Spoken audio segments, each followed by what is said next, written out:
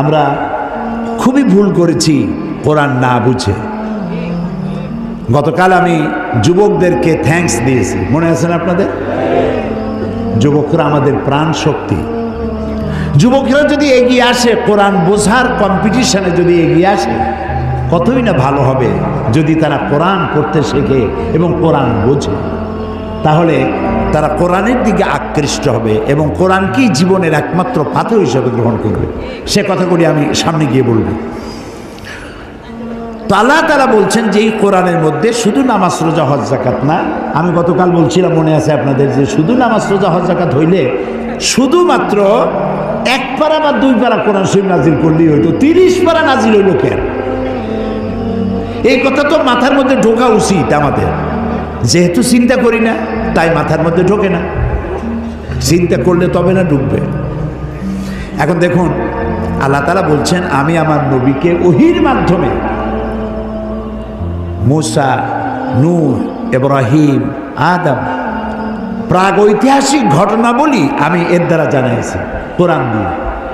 রাসূল তো সেখানে উপস্থিত ছিলেন না। আল্লাহ তাআলা বলছেন তিলকা মিন আম্বাইল গায়বি নূহিহা ইলাইকা মা কুনতা তা'লামুহা আনতা ওয়ালা কওমুক মিন ক্বাবলি হাযা।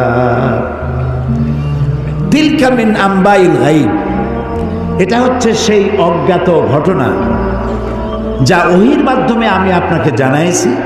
তা না হলে আপনি এবং আপনার কওম, আপনার জাতি এই সম্পর্কে কিছুই জানতো না। না ইব্রাহিমের ঘটনা, না নূহের ঘটনা, না মুসার ঘটনা, এগুলো কিছুই জানতেন না। হযরত ইউসুফ আলাইহিস সালামের কথা বলে আল্লাহ তাআলা বলছেন যালিকা মিন আম্বাইল গায়বি নূহিহি ইলাইকা ওয়া মা কুনতা লাদাইহিম ইজ আজমাউ ওয়া হুম ইয়ামকুরুন। এটা হচ্ছে সেই অজ্ঞাত কাহিনী যা আমি ওহীর মাধ্যমে আপনাকে জানাইছি। অথচ তার ভাইয়েরা যখন ইউসুফ আলাইহিস সালামের বিরুদ্ধে ষড়যন্ত্র করছিল তখন আপনি তার কাছে ছিলেন না, আমি আপনাকে জানাইছি ওহীর মাধ্যমে। মূসা আলাইহিস সালামের ঘটনা আল্লাহ তাআলা বলে তারপরে বলতেছেন ওমা কুনতা বিজানিবিল গারবি ইজ কাদাইনা মূসা আমরা ওমা কুনতা মিনাশ শাহিদিন। মূসা আলাইহিস সালাম তিনি পশ্চিম সেই সিনাই পর্বতের পশ্চিম দিগন্তে, পশ্চিম প্রান্তে তিনি যখন আক্রান্ত হয়েছিলেন সেখানে আপনি উপস্থিত ছিলেন। আমি আপনাকে ঘটনার মাধ্যমে জানাইছি। মূসা আলাইহিস সালামের উপরে যেখানে ওহী নাজিল হয়েছিল সে জায়গাটাও আল্লাহ তাআলা আমাকে দেখাইছেন। আলহামদুলিল্লাহ। মিশর কায়রো এর রাজধানী, মিশরের রাজধানী কায়রো, জামিয়া আল আজহার পৃথিবীর বহু পুরাতন ইউনিভার্সিটি,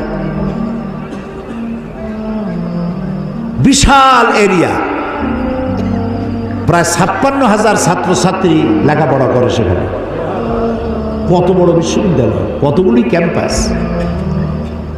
তো সেই বিশ্ববিদ্যালয়ের আমন্ত্রণে আমি সেখানে গিয়েছি, 5 দিন ছিলাম। আমি বলেছি যে মিশরে তো জীবনে আসিনি, আমাকে ঘুমাবার একটু সময় দিও রাত্রে, বাকি আমার একটু ঘুরাও। 5 দিনে 4,500 কিলোমিটার দৌড়াইছি। সিনাই পর্বতের সেইখানে গিয়েছি যেখানে ওহী নাজিল হয়েছিল।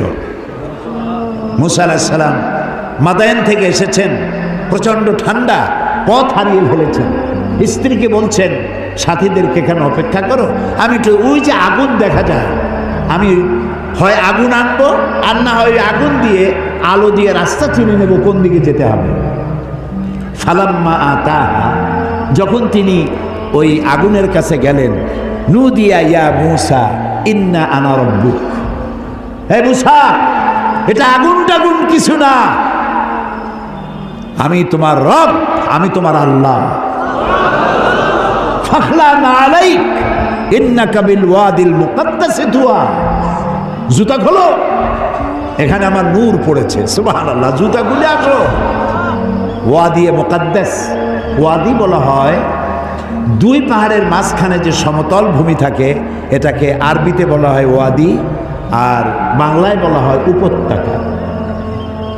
তো আমরা যখন গেছি ওয়াদি মুকাদ্দাস সাইনবোর্ড দেখেছি, জুতো আগেই খুলছি বর্ষটা। তারপরে গেলাম সেখানে, যেই গাছের উপরে আল্লাহর নূর পড়েছিল সেই গাছটা, ওরা বলে এটা সেই গাছ। তো আমি এর ঐতিহাসিক সত্যতা নাই বলে মনে করতে পারলাম না যে এটা সেই গাছটাই। ওই গাছের পাতায় পাতায় অনেক চিঠি। আমি জিজ্ঞেস করলাম এই চিঠিগুলি কিসের? বললো যে ইহুদিরা আসে, খ্রিস্টানরা আসে, মুসলমানও আসে, আল্লাহর কাছে চিঠি লিখে ওখানে তুই যায়। এই খাই খেয়ে কাম না পাইলে করবে কি? তো এটা আমার বলার উদ্দেশ্য ছিল না। আমার বলার উদ্দেশ্য ছিল যে আল্লাহ তাআলা দেখাইছেন বহু কিছু, এমনকি মুসা আলাইহিস সালাম রে এত জ্বালা দিল যে ওই ফেরাউনকেও দেখে আসছে, এখনো দাঁত ছিটকে পড়ে আছে। আল্লাহ তাআলা তাকে রেখে দিয়েছেন। আল্লাহ বলছেন তোরে মাটিতেও খাবে না, পানিতেও নষ্ট করবে না, পোকামাকড়ও নষ্ট করবে না, তোরে আমি শুটকি বানায় রাখবো কিয়ামত পর্যন্ত। তোর মতো ফেরাউন যারা হবে তোরে দেখে যেন তারা উপদেশ নিতে পারে। আল্লাহ তাআলা এটারও দেখাইছেন, পিরামিডও দেখাইছেন। অনেক নবীর কবরও আল্লাহ জিয়ারত করার সুযোগ। ইমাম শাফি রহমতুল্লাহ আলাইহি, মৌলানা জালালউদ্দিন সৈয়দী রহমতুল্লাহ আলাইহি, ইমাম ওয়াকি, ইমাম বদরুদ্দিন আইনি রাহিমাহুমুল্লাহ, হযরত সালেহ আলাইহিস সালাম, হারুন আলাইহিস সালাম, নবী দানিয়েল আলাইহিস সালাম, হযরত আবি দারদা রাদিয়াল্লাহু তাআলা আনহু, আমর ইবনুল আস রাদিয়াল্লাহু তাআলা আনহু, এদের কবর জিয়ারতের আল্লাহ তাআলা তৌফিক দিয়েছেন। আমর ইবনুল আসের যে মসজিদ দেখলাম মিশরে, সেই মসজিদে লাইলাতুল কদরে 5 লক্ষ লোক নামাজ পড়ে। লাইলাতুল কদর মসজিদ, রাস্তাটা সব ভর্তি হয়ে যায়। ইমাম যিনি, তিনি হচ্ছেন শেখ জিবরাইল। আমি শেখ জিবরাইলকে দেখতে পারলাম না, আগ্রহ ছিল যে জিবরাইল কেমন একটু দেখে যায়। এত লোক তার পিছনে নামাজ পড়তে আসে, সুবহানাল্লাহ। তো এখানে আল্লাহ তাআলা বলতে চাইলেন যে সিনাইয়ের পশ্চিম প্রান্তে যে ঘটনা ঘটছিল এটা তো আপনি জানেন না, আমি আপনারা জানাইছি। ফেরাউন আক্রমণ করেছে তার দলবল নিয়ে, 3 দিক থেকে আক্রান্ত হয়েছেন তিনি, আর একদিকে সমুদ্র। সাথীরা বলছে ইন্না লামুদরাকুন, ইন্না লামুদরাকুন, আমরা তো পাকড়া হয়ে গেছি, আমাদের তো পালাবার কোনো উপায় নাই। মুসা আলাইহিস সালাম কার নবী? জবাব দিতে দেরি হইল কেন? মুসা কার নবী? উম্মত ঘাবড়ে গেছে। উম্মত কি হয়ে গেছে? ঘাবড়ে গেছে, ভয় পাই গেছে। 3 দিক দিয়ে আসছে কারা? শত্রু সৈন্য 3 দিক, আর একদিকে কি? সমুদ্র। ঘাবড়াবার তো কথাই, আপনি আমি হলে তো হার্ট ফেল করবো। কোন দিকে যাবো? ফাইনাতা যাবো, যাওয়ার জায়গা নেই। কিন্তু মুসা আলাইহিস সালাম আল্লাহর নবী, তিনি বলছেন কাল্লা কাল্লা, কখনোই নয়, ভয় পেও না, রব্বি সায়াহদিন, অবশ্যই আল্লাহ আমাদেরকে পথ বের করে দিবেন। কাজী মেঘের মতো কালো ঘন কৃষ্ণ মেঘের মতো উত্তর গগন কালো মেঘে ছেয়ে গেছে, থমথমে ভাব, ঝোড়ো হাওয়া এখনই প্রবাহিত হবে। 30 ফুট উঁচু হয়ে জলোচ্ছ্বাস এসে উপকূলীয় এলাকা ভাসায় নিয়ে যাবে, বজ্রসহ বৃষ্টিপাত হবে, ঝড় বন্যায় উড়ায় নিয়ে যাবে, সুনামি হবে। আল্লাহ তাআলা ছোট্ট একটু বাতাসের আঘাত দিয়ে সব সরাই দিতে পারেন। বলেন সুবহানাল্লাহ, জোরে বলেন সুবহানাল্লাহ। কি ক্ষমতা তার! ফাআলুল লিমা ইউরিদ, যা খুশি তাই করতে পারে। তো আল্লাহ তাআলা ওহীর মাধ্যমে এই কথাগুলি জানাইছেন। বিজ্ঞানীরা, ওই যে বলছি যে বিজ্ঞানীরা যে কথাগুলি আজ বলতেছে, যেমন 1665 খ্রিস্টাব্দে স্যার আইজ্যাক নিউটন, তিনি দেখলেন গাছের থেকে একটা আপেল পড়লো মাটিতে। তিনি তখন চিন্তা করলেন যে আপেলটা মাটিতে পড়লো কেন, এটা তো উপরে উঠে যেতে পারত। এইটা চিন্তা করলেন। চিন্তা করে করে 1665 খ্রিস্টাব্দে তিনি মাধ্যাকর্ষণ শক্তি, ল অফ গ্র্যাভিটেশন, এটা আবিষ্কার করলেন। কত খ্রিস্টাব্দে? 1665। অথচ কোরআনে কারীম স্যার আইজ্যাক নিউটনের জন্মের 1000 বছর আগে সূরা ফাতির 41 নম্বর আয়াত আল্লাহ তাআলা বলছেন ইন্নাল্লাহা ইউমসিকুস সামাওয়াতি ওয়াল আরদা আন তাজুলা, নিশ্চয়ই আল্লাহ তাআলা চন্দ্র, সূর্য, গ্রহ, নক্ষত্র সব একটার সাথে আরেকটাকে সম্পৃক্ত করে রেখেছেন, যাতে একটার থেকে আরেকটা বিচ্ছিন্ন হয়ে না যায়। এটাই হচ্ছে ল অফ গ্র্যাভিটেশন। এই মাধ্যাকর্ষণ শক্তির কথা কোরআন ১৫০০ বছর আগে এ কথা আল্লাহ তাআলা বলেছেন। তো দুর্ভাগ্য, কোরআন বুঝি না, কোরআন শুধু সবের নিয়তে পড়ি। একবার সূরা ইয়াসিন পড়লে 10 খতম কোরআন শরীফ এর সব। এই যদি হয় তাহলে গোটা কোরআন শরীফ পড়ার আমার দরকারটা কি? খালি সূরা ইয়াসিন পড়লেই তো হলো। 3 বার সূরা ইখলাস পড়লে 1 খতম কোরআন শরীফের সব। তাহলে কোরআন পড়বি কেন মানুষ? আহারে মানুষ, আহারে কপাল পড়া মানুষ। এখন চন্দ্র, সূর্য, গোটা সৌরজগৎ সব ঘুরছে। এটা কোপার্নিকাস, গ্যালিলিও, নিউটন, আইনস্টাইন ওনারা আবিষ্কার করেছেন যে সব কিছু ঘুরছে। এটা বলতেছেন ওনারা এই কয়েকশো বছর আগে। অথচ ১৫০০ বছর আগে আল্লাহ তাআলা কোনটা ঘোরে? চন্দ্র ঘোরে না সূর্য ঘোরে না দুনিয়া ঘোরে? কে ঘোরে? একথা সূরা ইয়াসিনে আল্লাহ তাআলা তার নবীর কাছে বলে দিয়েছেন। লাশ-শামসু ইয়ানবাগি লাহা আন তুদরিকাল কামারা ওয়ালাল লাইলু সাবিকুন নাহার ওয়া কুল্লুন ফি ফালাকিন ইয়াসবাহুন। প্রবল জ্ঞানী হইবে যাহারা, আপন মনেতে বুঝিবে তাহারা। রাত্রি পারে না আগে যাইবার, দিনের স্থান করে অধিকার। যার যে স্থান বহাল রাখিয়া ভ্রমণ করেছে খোদাকে ডরিয়া। শুধু পৃথিবী করে না, আল্লাহ তাআলা বলছেন ওয়া কুল্লুন ফি ফালাকি ইয়াসবাহুন। যা কিছু আছে মহাশূন্যে, এই পৃথিবীটাও মহাশূন্যে। পৃথিবীটা কোথায়? মহাশূন্যের উপর ভাসমান। তো মহাশূন্যে অকুল্লুন ফি ফালাকি ইয়াসবাহুন, মহাশূন্যে যা কিছু আছে সব ঘুরতেছে আর ঘুরছে। Activities life, inactivities death. যতদিন ঘুরবে ততদিন সব ঠিক থাকবে। আর যেদিন এই ঘূর্ণায়মানের এই চক্রের আবর্তন বন্ধ হয়ে গিয়ে যখন ঘোরা বন্ধ হবে, তখন একটা প্রচণ্ড আঘাতের মাধ্যমে, প্রলয়ঙ্করী আঘাতের মাধ্যমে দুনিয়ায় কিয়ামত অনুষ্ঠিত হয়ে যাবে।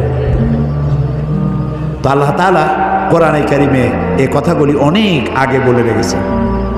The universe and doctor Einstein গ্রন্থে তারা বলেছেন যে সূর্য ধীরে ধীরে এর আলো কমে যাবে, আলো থাকবে না, আর তারাগুলো পোড়া কয়লার মতো হয়ে যাবে। কারা বলতেছে? বিজ্ঞানীরা বলছে। কোরআন ওরা আজকে যেটা বলল, কোরআন বলেছে অনেক আগে। কি বলেছে? ইয়াসআলু আইয়ানা ইয়াউমুল কিয়ামাতি ফাইযা বারিকাল বাসারু ওয়া খাসাফাল কামারু ওয়া জুমিআশ শামসু ওয়াল কামার। আল্লাহ তাআলা বলছেন এরা রাসূলকে জিজ্ঞেস করে কিয়ামত কবে হবে। আল্লাহ তাআলা বলছেন জবাব দিয়ে দেন, কিয়ামত হবে যে সময় চন্দ্র আলো হারিয়ে ফেলবে, সূর্য আলো হারিয়ে ফেলবে, আর চাঁদ আর সূর্য এগুলি সব একাকার হয়ে যাবে। তাহলে এই কথাগুলি বিজ্ঞান আবিষ্কার করার অনেক আগে কোরআন এসব কথা বলে রেখেছে। প্রকৃতির নিয়মে একদিন সব লণ্ডভণ্ড হয়ে যাবে। কুল্লু মান আলাইহা ফান। আল্লাহ তাআলা বলেছেন সব ধ্বংস হবে, কিচ্ছু থাকবে না আল্লাহ ছাড়া। কে ছাড়া? আল্লাহ ছাড়া কেউ থাকবে না, কিচ্ছু থাকবে না। এ কথা বিজ্ঞান জানার আগে আল্লাহ তাআলা কোরআন শরীফে বলে রেখেছেন।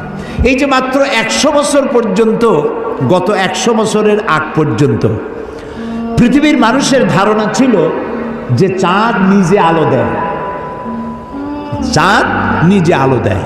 আর বলতো বুড়ো বুড়িরা যে চাঁদের মধ্যে যে কালো কালো জিনিস দেখা যায় ওইটা হলো একটা বট গাছ, ওইখানে একটা বুড়ি থাকে। তো ছোটোবেলায় চিন্তা করতে আমার বুড়ি অনেক করে কি, তো বলতো যে বুড়ি ওইখানে সুতা কাটে। তো তখন খুব বেশি চিন্তায় পড়তাম, এত পরিশ্রম করে এই বুড়ি সুতা কাটিয়া, এই বুড়ি খায় কি? পরে জানা গেল যে ওখানে বট গাছও নাই আর ওখানে কোনো বুড়িও থাকে না। এই চাঁদ এর নিজস্ব কোনো আলো নাই, এই কথা 100 বছরের মতো হলো বিজ্ঞানীরা আবিষ্কার করেছে। কিন্তু আল্লাহ তাআলা বলে রেখেছেন 1400 বছর আগে। সুবহানাল্লাহ। আল্লাহ তাআলা সূর্যকে বলেছেন, খুব লক্ষ্য করুন, সূর্যের আরবি হচ্ছে শামসুন, সেরাজুন, ওয়াহাজুন, দিয়াউন, এগুলি সূর্যকে বলা হয়েছে। এর অর্থ কি? সূর্যকে বলা হয়েছে আলো, আলো উৎপাদনকারী, উত্তাপ সৃষ্টিকারী, আলো বিকিরণকারী, উত্তপ্ত, উজ্জ্বল, প্রজ্জ্বল, আলো বিকিরণকারী, এটা হলো সূর্য। আর চাঁদ সম্পর্কে কি বলছে লক্ষ্য করুন। আলাম তারা কাইফা খালাকাল্লাহু সাবআ সামাওয়াতিন তিবাকা وجعل القمر فيهن نورا وجعل الشمس سراجا। মহাপবিত্র সেই মহান সত্তা আল্লাহ রাব্বুল আলামিন, যিনি 7 আসমান সৃষ্টি করেছেন। ওয়াজআলাল কামারা ফীহিন্না নূরান, আর যিনি চাঁদ সৃষ্টি করে তার মধ্যে আলো দিয়েছেন। ওয়াজআলাশ শামসা সিরাজা, আর সূর্যকে করেছেন উজ্জ্বল আলো সৃষ্টিকারী। দেখো, সূর্যকে বলা হলো শামসুন, উত্তপ্ত আলো, উত্তাপ সৃষ্টি করে যেটা, সেটার নাম শামসুন, সিরাজুন, ওয়াহাজুন, দিয়াউ। আর চাঁদের কথা বলতে কি আল্লাহ তাআলা বলেছেন কামারা মুনিরা। চাঁদের আরবি হলো কামার, আর মুনিরা মানে আলোক প্রাপ্ত। চাঁদের নিজের কোনো আলো নাই, আলো প্রাপ্ত হয়ে সেই আলো সে বিকিরণ করে। এই কথা কোরআন শরীফে আল্লাহ তাআলা 1400 বছর আগে বলে দিয়েছেন। সুবহানাল্লাহ। এরপরে আপনারা দেখুন, এই যে উদ্ভিদ, গাছপালা, গাছ আমাদের জীবনের শত্রু নাকি? গাছ আমাদের কি? কাজে যেখানে পান সমানে কাটেন। মানুষ সমানে গাছ কাটে, কিন্তু যে পরিমাণ কাটে সে পরিমাণ গাছ তারা লাগায় না। এই গাছ সম্পর্কে, গাছ আমাদের যে বন্ধু, গাছটা আল্লাহ রাব্বুল আলামিন আমাদের জন্য নিয়ামত হিসেবে দিয়েছেন। এটার কাজ হচ্ছে কি? আল্লাহ তাআলা বলছেন ওয়াল আরদা বা'দা যালিকা দাহাহা আখরাজা মিনহা মাহা ওয়া মারআহা। এই উদ্ভিদগুলো, এর থেকে তরুলতা, উদ্ভিদ তরুলতা, এর থেকে বায়ু নির্গত হয় এবং তিনি এই দিয়ে জমিনকে সুন্দর করে প্রতিষ্ঠিত করেছেন। এবং এই গাছপালা তোমাদের জন্য এবং তোমাদের পশুর জন্য, তোমাদের জন্য অত্যন্ত বিরাট সম্পদ। তার মানে মানুষ, আমরা যে বাতাস থেকে অক্সিজেন নেই, যখন আমরা অক্সিজেনটা নিয়ে যখন ছেড়ে দেই, তখন যেটা ছাড়ি ওইটাকে বলা হয় carbon die oxide. Carbon die oxide হচ্ছে বিষ। এই যে আপনারা এখানে হাজার হাজার মানুষ বসে আছেন, আপনারা প্রত্যেকেই বাতাস থেকে অক্সিজেন নিচ্ছেন, আর যেটা ছাড়তেছেন সেটা বিষ। এই বিষটাকে পরিশুদ্ধ করার মতো কোনো ফ্যাক্টরি পৃথিবীর কাছে নাই। আল্লাহ তাআলা গাছ বানাইছেন। গাছের খাদ্য হলো, আপনি যেটা ফেলে দেন, নাক দিয়া মুখ দিয়া যেটাকে উদ্গীরণ করেন, ফেলে দেন, নিঃশ্বাস যেটা বের করে দেন, ওটা হলো গাছের খাদ্য। আর প্রতি মুহূর্তে সূর্যের উত্তাপ আর গাছের সবুজ রং দুটিতে মিলে এক প্রকারের রন্ধন ক্রিয়া হয়, আর ওর মধ্য দিয়ে কার্বন ডাই অক্সাইডকে প্রতি মুহূর্তে আল্লাহ রাব্বুল আলামিন অক্সিজেন বানাইয়া গাছের ভিতর থেকে বের করে দেয়। সুবহানাল্লাহি বিহামদিহি। এই মানুষের সৃষ্টির জন্য আল্লাহ তাআলা বলেছেন খালাকালাকুম মা ফিল আরদি জামিআ। এই পৃথিবীতে যা বানাইছি সব তোমার জন্য। সুবহানাল্লাহ। বিজ্ঞানীরা বলেছেন পাহাড়ের অত্যুচ্চ শিখর থেকে শুরু করে আটলান্টিক মহাসাগরের অতল তলদেশ পর্যন্ত যেখানে যা কিছু আছে সবগুলি মানব সেবায় নিয়োজিত। সব মানুষের খেদমতের জন্য আল্লাহ বানিয়েছে। এখন প্রশ্ন উঠতে পারে, সব মানুষের খেদমতে বুঝলাম, কিন্তু মশা দিয়া কি খেদমত হয়? মশার কামড়ে চোটে বাড়ি থাকতে পারি না, এ প্রশ্ন উঠতে পারে কিনা?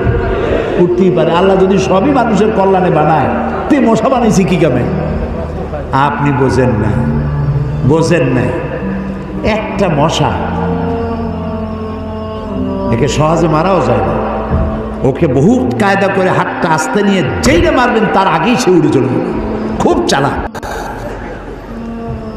এই মশা কি জন্য বানাইছেন আল্লাহ? এখন দেখেন, এই মশা মারার জন্য কত company, Mortein, aerosol, ICI company, মশারি, কত রকমের ওষুধ আর মশারি, এগুলো বানাবার পেছনে লক্ষ লক্ষ শ্রমিক কাজ করে আর লক্ষ লক্ষ মানুষের পেটের ভাত জোটে। আপনি তো বুঝবেন না কোনটার মধ্যে কি জিনিস আছে, আল্লাহ বানাইছে কেন? তোমার মাথায় তো কুলাবে না। মশা আছে বলেই তো মশারি, মশা আছে বলেই তো মর্টিন বিক্রি হয় জম্মের মতো। এখন চিন্তা হইতো, তাহলে সাপ বানাইছে কেন? সাপ বানাইছে কেন তা জানুন না তো? সাপের চামড়া দিয়া, সাপের চামড়ার মেলা দাম, এ দিয়ে ভ্যানিটি ব্যাগ তৈরি হয়, মহিলারা ব্যবহার করে, খুব দামি। আর সাপের বিষ, এটা দিয়ে ঔষধ তৈরি হয়। সব থেকে বিষাক্ত সাপ যেটা, যেই সাপের বিষ ব্লাড টাচ করার সাথে সাথে মানুষ মারা যায়, এই ধরনের মারাত্মক আফ্রিকান কোবরা, সেই সাপের বিষ দিয়ে মানুষের জীবন রক্ষাকারী লাইফ সেভিং মেডিসিন তৈরি হয়। সুবহানাল্লাহ। মরবে ঠিক, মানুষ মরবে ঠিক, কিন্তু মরার আগেও কথা বলে মরবে, এরকম ওষুধ সাপের বিষ দিয়ে তৈরি হয়। সুবহানাল্লাহ, সুবহানাল্লাহ। আমরা আল্লাহ তাআলার সৃষ্টি সম্পর্কে গবেষণা করলেই বুঝতে পারবো। আর চিন্তা ভাবনা না করলে, খালি যদি খায়, জম্মের খাওয়া খাইয়া পেট একটা তরমুজের সাইজ বানায় খালি, কিন্তু চিন্তা করে না খাইলাম কি। প্রিয় ভাই সব, এরপরে আল্লাহ তাআলা এই কোরআন শরীফের মধ্যে বলেছেন, আমি তোমাদেরকে পানি দিয়েছি। কি দিয়েছি বলেন না? পানি। জীবনের জন্য পানি সব থেকে বেশি প্রয়োজন। জীবনের জন্য সব থেকে বেশি প্রয়োজন কি? পানি। এই পানি, এর এক নাম হলো জীবন। পানির এক নাম, এই পানি যদি বগুড়ায় 10 ফিট উঁচু হয়ে আসে, নাম হবে কি? মরণ। একটু আগেই জীবন, পর মুহূর্তে মরণ। এই পানি আল্লাহ তাআলা জীবনের জন্য পানি সৃষ্টি করেছেন। ফারাক্কার বাঁধটার নানান রকমের বাঁধ দিয়ে, আন্তর্জাতিক নদীর বাঁধটার দিয়ে পানির সর্বনাশ হবে, নদীর নাব্যতা কমে যাবে, আপনার পানির সংকট হতে পারে। এটা সব থেকে বেশি কে জানে? এই আল্লাহর নামে তো আসছে কোন কেন? কে জানে? ওই আল্লাহ রাব্বুল আলামিন প্রাণী জগতের সবচাইতে বেশি প্রয়োজনীয় যেই জিনিসটি পানি, সেই পানির জন্য আল্লাহ রাব্বুল আলামিন একটি মহাদেশ, যেটা শুধু পানির পাহাড়, অর্থাৎ বরফের পাহাড় দিয়ে ঘেরা একটা মহাদেশ, মানুষ নাই, জন নাই, মহাদেশটা শুধু পানির বরফের পাহাড় দিয়ে আল্লাহ বানায় রাখছেন। নাম কি? অ্যান্টার্কটিকা। এখানে শুধু আছে শ্বেত ভল্লুক আর আছে পেঙ্গুইন, পেঙ্গুইন পাখি। এই পেঙ্গুইন পাখি পানির মধ্যেও ডুবাইতে পারে, বাতাস দিয়েও উঠতে পারে। এই পেঙ্গুইন পাখিগুলি আমি দেখেছি, সে ডিম পেড়ে তাকে 3 মাস 90 দিন ডিমে তা দিতে হয়। ডিমটা পারলো কিসের মধ্যে? বরফের মধ্যে। এখন ওর তো তাপ না হলে তো ফুটবে না, সেই জন্য ওইটার উপরে তাকে দাঁড়ায় থাকতে হবে। পেঙ্গুইন কিন্তু আবার এই শুইতে বসতে পারে না, দাঁড়ায় থাকে। আর গায়ে একটা কালো চাদরের মতো, বুকটা সাদা, মনে হয় সৌদি প্রিন্স। হাঁটেও খুব কায়দা করে, জমিদারি স্টাইলে হাঁটে। তো বাচ্চা ডিম দিয়ে ডিমের উপরে সে দাঁড়ায় থাকে, তার শরীরের একটা অংশ ডিমের উপরে দিয়ে দাঁড়ায় থাকে। 3 মাস 90 দিন দাঁড়ায় থাকতে হবে। এই 90 দিন সে খাবে কি? ওর স্বামীকে, পুরুষ পেঙ্গুইনকে আল্লাহ এত দয়া দিছেন, ও মাছ ধরে ধরে প্রত্যেক দিন ওর বউরে খাওয়ায়। সুবহানাল্লাহ, সুবহানাল্লাহ। এই যে টেলিভিশনের মধ্যে নানান রকমের আছে কি বলে চ্যানেল, এইসব হাবিজাবি উল্লুক মার্কা লাভ ঝাপ না দেখা অ্যানিমেল প্ল্যানেট দেখেন, ডিসকভারি দেখেন, ন্যাশনাল জিওগ্রাফি দেখেন। পশুর মধ্যেও কত মায়া আল্লাহ দান করেছেন। আমার নিজের চোখে দেখলাম এক ক্ষুধার্ত ক্ষুধার্ত বাঘ না সিংহী, এই সিংহী ক্ষুধার্ত একটা হরিণের পালের উপরে জাম্প করেছে, হরিণ দিছে দৌড়, কিন্তু একটা বাচ্চা হরিণ সে কোনো রকম দাঁড়ায় আবার পড়ে যায়, দাঁড়ায় মনে 3-4 দিন হয়েছে, দৌড়াইতে পারে না। সিংহটা ওর কাছে গেল, আমি মনে করলাম যে খাইয়ে ফেলাবে এখনই। তা দেখলাম যখন হরিণটা পড়ে যায় তখন হাতটা দিয়ে এরকম উঁচু করে দাঁড় করায় দেয়, এইভাবে দাঁড় করাইলো, শুয়ে পড়লো, দাঁড় করাইলো, সে এরকম ঠেলতে ঠেলতে নিতে নিতে সিংহীর বাচ্চাগুলি যেখানে শোয়া সেইখানে এই বাচ্চাটারে নিয়ে গেল, নিয়ে নিজে কাইত হয়ে শুয়ে পড়লো। বাচ্চারাও, সিংহের বাচ্চারাও দুধ খাইলো, হরিণের বাচ্চাটাও দুধ খাইল। তার মানে এই সিংহ তার হিংস্রতা মাতৃত্বের স্নেহের সামনে এটা অবনমিত হয়ে গেছে, হার মেনে গেছে। সুবহানাল্লাহ। আমাদের দেশে যখন মারামারি হয় একটু বোঝা উচিত যে কারে মারতেছি। এই যে মারতেছি, ওর বউ তো বিধবা হয়ে যাবে, ওর বাচ্চাটা তো এতিম হয়ে যাবে। এই চিন্তা যদি আমাদের থাকতো, পশুর যে জ্ঞান আছে আমাদের তাও নাই।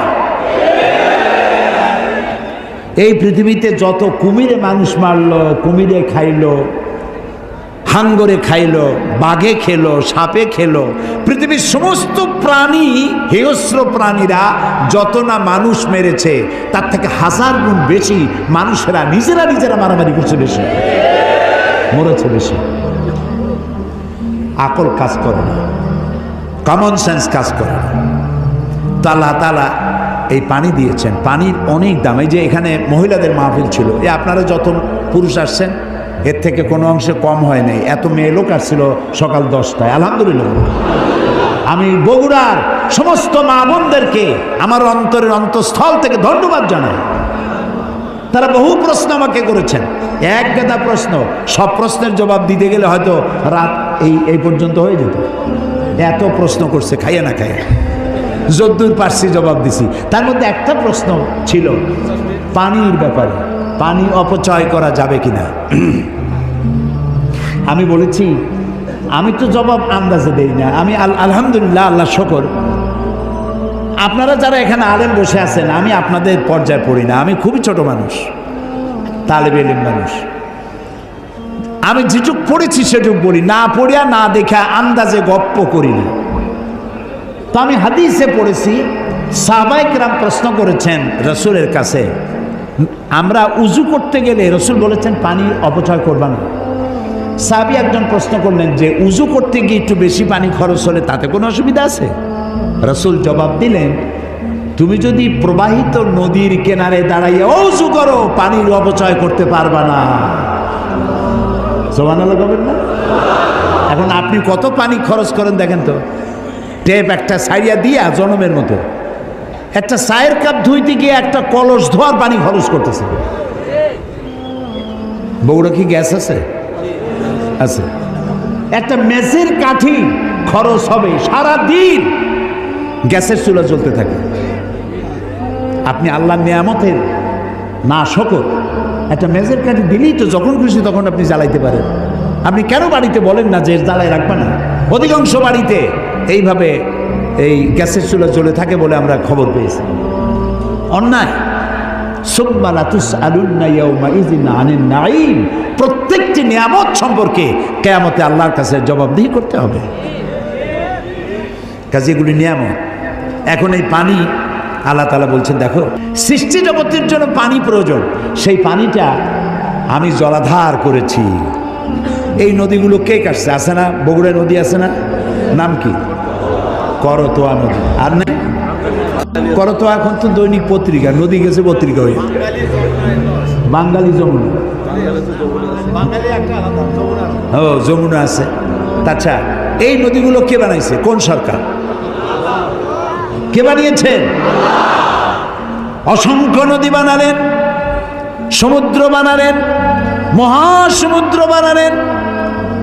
পৃথিবীর 4 ভাগের 3 ভাগ পানি আর 1 ভাগ হচ্ছে স্থল। এই পানি আল্লাহ তাআলা জলাধার বানায় রেখেছেন। নদী কি সোজা না আঁকাবাঁকা? খালগুলো সোজা না আঁকাবাঁকা? কেন চিন্তা করেছেন কখনো?